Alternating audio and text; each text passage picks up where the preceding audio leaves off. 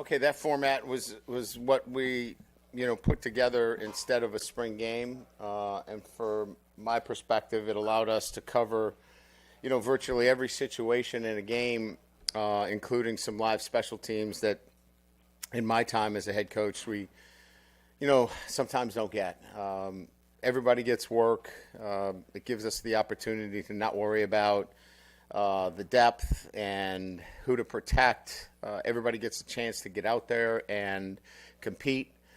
And, I can craft the situations within the game that allows us to get the appropriate work necessary and still, have a pregame timeline and still get them in the game day locker room and still get a routine that mimics in some fashion what it's like to prepare for a game situation. So from that perspective, we've got great film to watch and to evaluate and to continue to work on our players, technical and tactical development. This wasn't a practice for us to go, okay, this is the starting left guard or this is the starting, safety. This was about another step towards, developing our football team and getting us closer to the preparation necessary for when we go into camp, getting us ready for our first game. So that's kind of my opening statements, and then we'll go from there.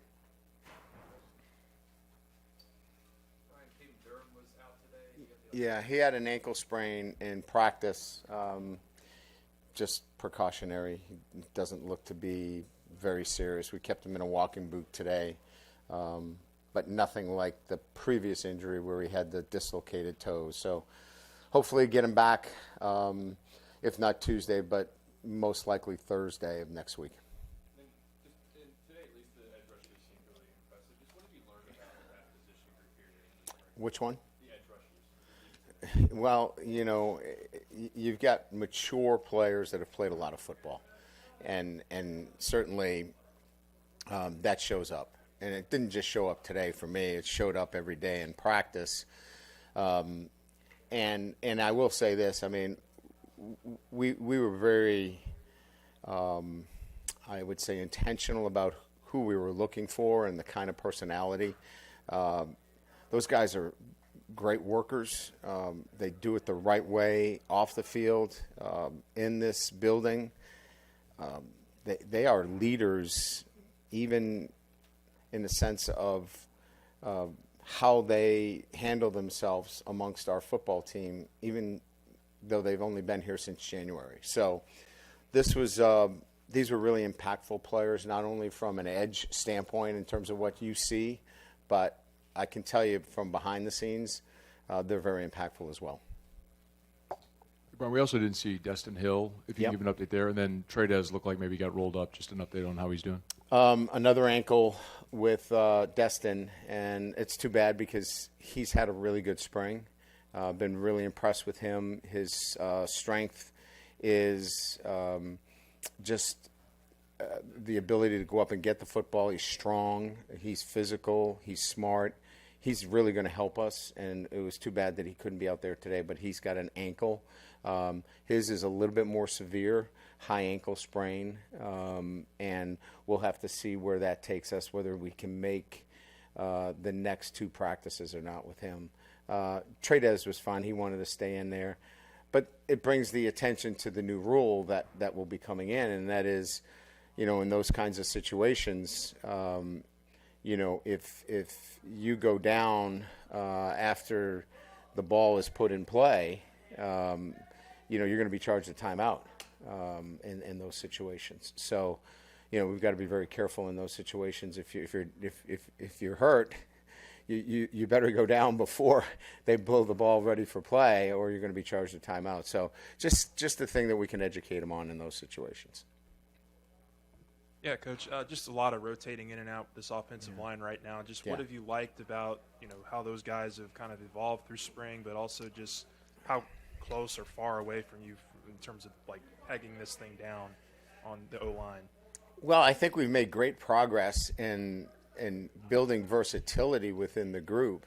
I think in one sense we've been clear that the mandate was not to go through the spring and name 5 guys.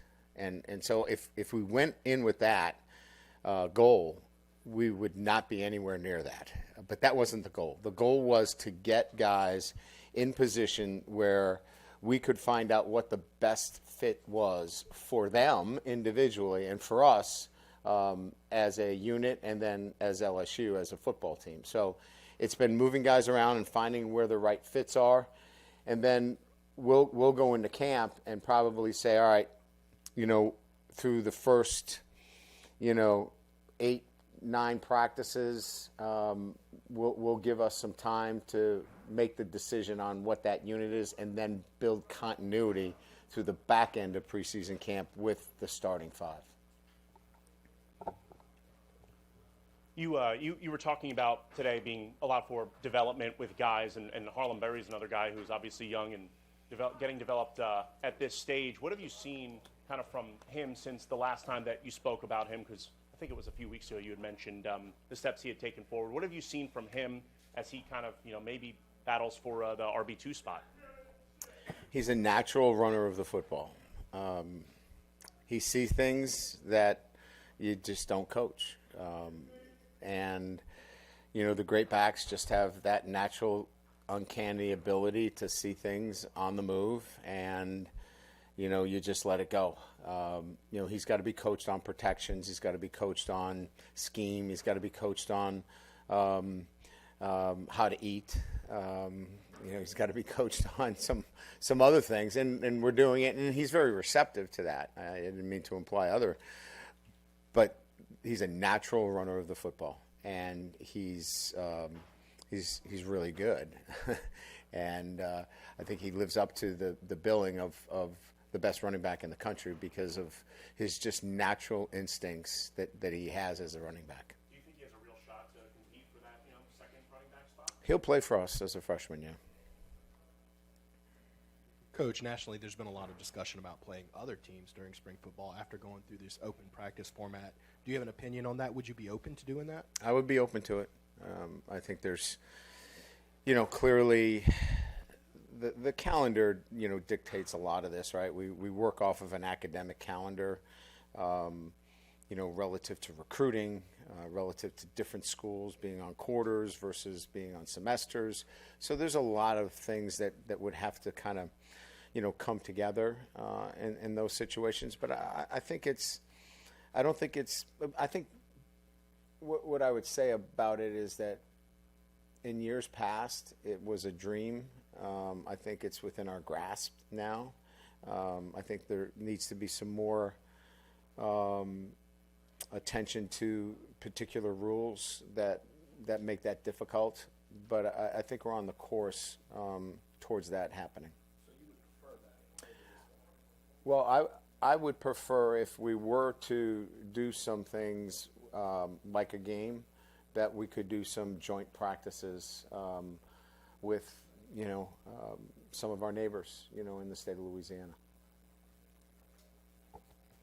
What does it say about your returning roster that some of the really highly well thought of guys in the portal have not just kind of come in right away and become number one? Although, I know you haven't decided who's number one, but it's like some of your veterans seem to be holding the positions pretty well. Well, we've developed our players. I think this is partly, you have to have player development along with bringing in guys in the portal. Remember now, the development of this program was that we needed the portal because they needed to come in and play for us. We were so short on scholarship players. That's not a great place to be. So if everybody you bring into the portal has to come in and play for you, I can put a great spin on it and tell you we're going to win the national championship, but I think we all knew that that's not a great place to be. You want to be in a position where you bring in portal players to building off of what you already have. And that's why this roster is the best roster we've had, because we're building both depth within our football team and we're bringing in veteran players. So that mix is the best mix that we've had since I've been here. Hey, Coach, a constant theme throughout the spring scrimmage was Javian Toviani. It just seemed like he was just all over the place. Either he was making the play or was right there as the play was happening. Talk about his versatility on the field, and then also how has he improved throughout the spring. Well, I think he's, look, I mean, we bounced him around a lot. I think he's more comfortable at the position in which he's playing. He's communicating better. The spring has been really good for him. He's had a good spring. But, I think all of our safeties have improved immensely. And look, they're all young, and so, they're all getting a lot more work. Deshaun Spears is getting better. Cooley's getting a lot more work. I just think by virtue of them actually getting time out there, you can see their development. So there's no question that he's been much more visible. He's made a lot more plays for us, but he's been in a consistent position, and that's helped him a lot feel more comfortable, as well as the other safeties as well. As you try to overhaul this offensive line, what have you seen in the running game in the spring that y'all have worked on? Well, there's been as you know, a concerted effort to be much more diverse, hit on a broader spectrum, from outside zone to gap schemes to inside zone. We're running a lot more misdirection. So it's been a conscious decision that we've made, that we needed to be that, as well as direct snap. And I think it just makes us a better offense when you have a much more diversified running game. I think our offensive line is capable of doing all the things that I just mentioned. We got guys that can pull. We got guys that can double team at the point of attack and run traditional duo plays, and I think we can be really good at outside zone. So this was really about focusing in and being much better at the running game. Look, you can't just say, well, we're going to focus on the running game and then forget that we're really talented at wide receiver. But I think we've struck a much better balance in bringing those two together this spring. Coach DeJuan Johnson, you're running him at quarterback right now, but does he have a skill set that you can do a lot of different things with him on offense, put him in different places? Yeah, we think we do. I mean, we think that we enhance our red zone package with him. I think you saw a glimpse of that a little bit today. I didn't let you film that purposely. You guys you had a hard 11:30 stop for a reason. But I think he enhances what we can do in the red zone. I think he enhances what we can do, at that position in the running game. I mean, it's hard. We saw that last year, right, against teams that ran the quarterback against us. You got to play cover zero. And if you play cover zero against us, Juwan can hit our receivers with the football. So I just think, he's another weapon that we can utilize in a targeted fashion that can help our offense. Just a wild day in the SEC for a member school. I don't know if you're aware of that or have any thoughts on that. And what do you, if you do have thoughts on it, do you want to share? What do you do here internally to prevent moments like that? Well, I think we're in this period of adjustment, right? I mean, I think we've got a settlement that is in the throes of being decided. The House settlement is coming close. That will bring us most likely some form of revenue sharing. I think there's changes coming in NIL. I think this is the first version of corrections, maybe. I think that we're going to see a lot of this.